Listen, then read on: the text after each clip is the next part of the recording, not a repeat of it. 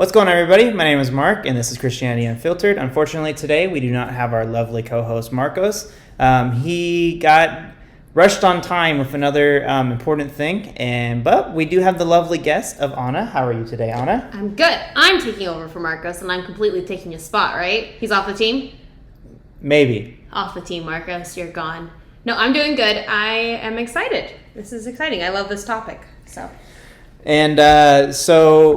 make sure you guys hit that subscribe button and like down below for more of these amazing guests. We have multiple more to come. Unfortunately, the last few weeks we had another guest, but unfortunately with scheduling we couldn't get him on. But we do have the great Anna on this week. So Anna, why don't you go ahead and introduce yourself?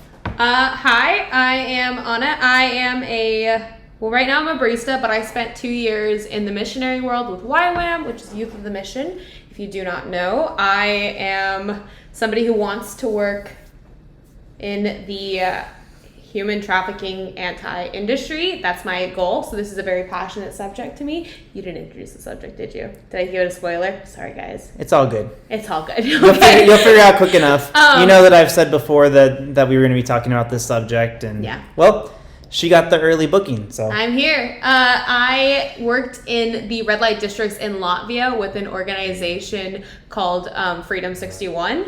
And they were this organization that worked on street ministry and also were working with talking to people that were selling and working on that. So I got a lot of experience there. And this is also something I think is very much on God's heart. So I'm excited. Yes, and I heard that you said that you were with YWAM for a few years. How was that? I was with YWAM for 2 years. It was amazing. I loved the experience. I thought I wanted to be a pastor, and then I got introduced to the missionary world, and now I'm like, well, why don't we just travel and talk about Jesus? That's a good idea. I know YWAM sometimes only goes to one place, but sometimes has multiple locations. Where did you do the whole? I'm pretty sure that they have like their training in Hawaii, and then you go out to Kuwait. Or no, YWAM actually has 1,400 locations of training. Geez. Okay.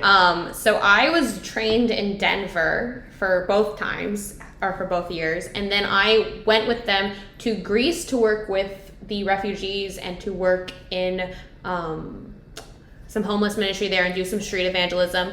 And then I also worked in Latvia, like I said, with them. Oh, okay. That's really cool. Like she said, we are going to be talking about the screen. Can you flip the screen for us? We have a lovely helper. She's Christy. She's one of my best friends. She is here because I am being a responsible adult. And hello. You can edit things, right? I'm very awkward on camera. And this will not be edited because we like a full conversation. You like the full awkward conversation? Yes, that's the point of a podcast. Well, who edits their podcast? Anyways. And by the way, I did want to mention before we get into the hard subject, because we should already be getting into it, but it's okay. Going forward, there will be a total of 4 videos a week going out. For those who love to watch these as a full unclipped podcast, that will be out as the number 1 video. And then we're going to have 3 different videos that are basically the podcast cut up into 3 different parts. For those of you who only like to watch 15 to 20 minute-ish videos. So yeah. But yes, like she said, we are going to be diving into the subject of sex trafficking. One of the most sometimes difficult, controversial, scary subjects to talk about. And on the side of that, we're going to be talking, our main focus is human exploitation and how God's opinion on that. So would you like to start us out, Miss Anna? I would love to. I think for this conversation, I think it's important to have a biblical view of justice in general.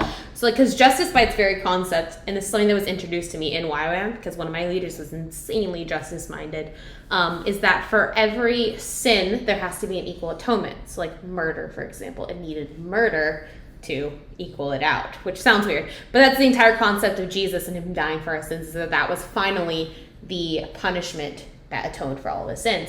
And so when you have injustice, what you have is you have an action without equal consequence. And so you either have too much consequence and things are too harsh and the punishment's too severe, or you have too little consequence and there's no punishment. So there's kind of a different sense of justice through the Lord. And then exploitation is interesting because it usually revolves around like basically using somebody's weakness against them to get something from them. And it's inherently anti-God because it's selfishness. And the entire gospel is a testimony of unselfishness. Right. Yeah, so there's that.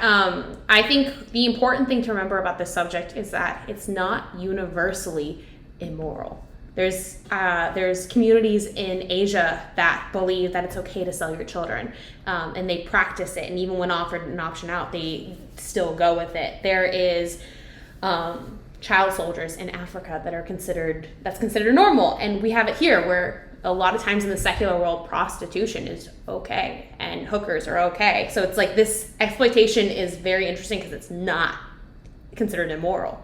Right. So, and we are seeing, getting, as I am a very political mind, we are seeing that happen a lot on when it comes to immigration from the Latin America countries and Southern America countries up into America. A lot of the children are either sold to coyotes, which are basically like traffickers that help bring children from there up. And unfortunately, there's plenty of cases where they were abused on their way up, which is very unfortunate. Yeah. But luckily for multiple different administrations, but I'm going to hit on the one of most recent with President Trump.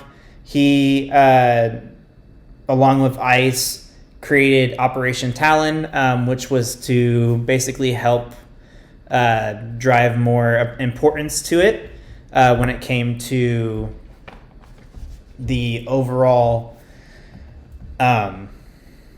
solving of sex trafficking and human trafficking. And then there's other executive orders that he signed, one in 2017, Executive Order 13773, which basically was with transnational, was being more enforceful when it came to preventing international trafficking. And then also there was 13903 in January of 2020, where it was combating human trafficking and online child exploitation in the United States. So we have that in multiple places, or we have that within the government, but in my mind, and I think as well as your mind, is that there's not enough being done to help solve this issue. I think the problem for me is that A, there's not enough being done, but B, it's also, this is not a widely discussed topic. Like, you know about it, you know it's bad, but it's not discussed. Like, for example, for you, for instance, so I am in this world because that's the field of which I have chosen to do my ministry in, and I learned about that. But like, what information did you know about trafficking and exploitation before this conversation, if you don't mind me asking? Like, what was your scope of information? Other than, like I said, the few things that I've learned via searching through executive orders and seeing different things happening through the U.S. Marshal system, where they'll go in places like North Carolina and Florida, and getting these big trafficking rings dealt with and saving 25 children or 38 children, seeing these different spots. But obviously there's the obvious where you see hearing about these cool houses that are meant to help those that are surviving trafficking or survivors of trafficking and stuff like that. So what's radical is that you have more information than most of the population. Even if you don't understand the full scope of it, you have more information than most of the population. Most people do not know of the organizations in their cities. Most people do not know about the laws that are being passed or what's being they don't have an understanding, because this topic isn't talked about except for select days when we try to do fundraising. And I think that's a part of the issue is it's considered, I think especially in America, we consider this another world issue. We consider this Asia's issue or Africa's, or, oh, that's only in Europe, prostitution, all these things, but it's actually happening in America, and it's happening prevalently. Like you brought up immigration, and that's an amazing thing, because 25% of human exploitation, human trafficking really is out of this country. It's from out of this country. And so what we have going on there is people are promising them the American dream. People are promising them, I will take your kid and I will get them citizenship. I will take your kid, I will get them to a better life. And then the kid gets hurt and the parents are left with that. Like, it's complete and utter evil in its concept. Right. And we're also seeing through what seems to be trying to be covered up, but hopefully isn't covered up for much longer, is videos where you have reporters going into the holding cells down there, and they're just shoving children in there, and not really like helping the children out, and all they're giving them is space blankets and like granola bars, and there should be more done for these children. And that's a problem we've seen across multiple administrations. Like Exactly. and I think that speaks to an inherent problem in America, that it's bigger than one man, it's bigger than one woman, that this is a problem Exactly. in America. And unfortunately, for those that enjoy, well, I don't know if it's an enjoyment to them, but physically or financially, it's an enjoyment to them when they can make huge amounts of money off of doing what they're doing, in what some people would find, like you said, that it looks like it's not immoral. No, it's not. For some situations, but others, when you're a Christian, would look at it being like, this is totally wrong, and this should not be happening at all. Well, that's the interesting thing about human exploitation, I think, and that's why is that it's almost like immorality is on a scale. Because the idea of a child slave will make you cringe. The idea of a child being a soldier makes you want to cry, and we weep about it. But then you will go and you will buy products from like H&M, from Forever 21, that notoriously do not fund workers well, do not secure safe working environments. That is a form of human exploitation, and yet we don't bat an eye. And it's almost like this sliding scale of horror. And I think that's why it's such an important topic, because it's what's the immoral, what's the wrong. Right, exactly.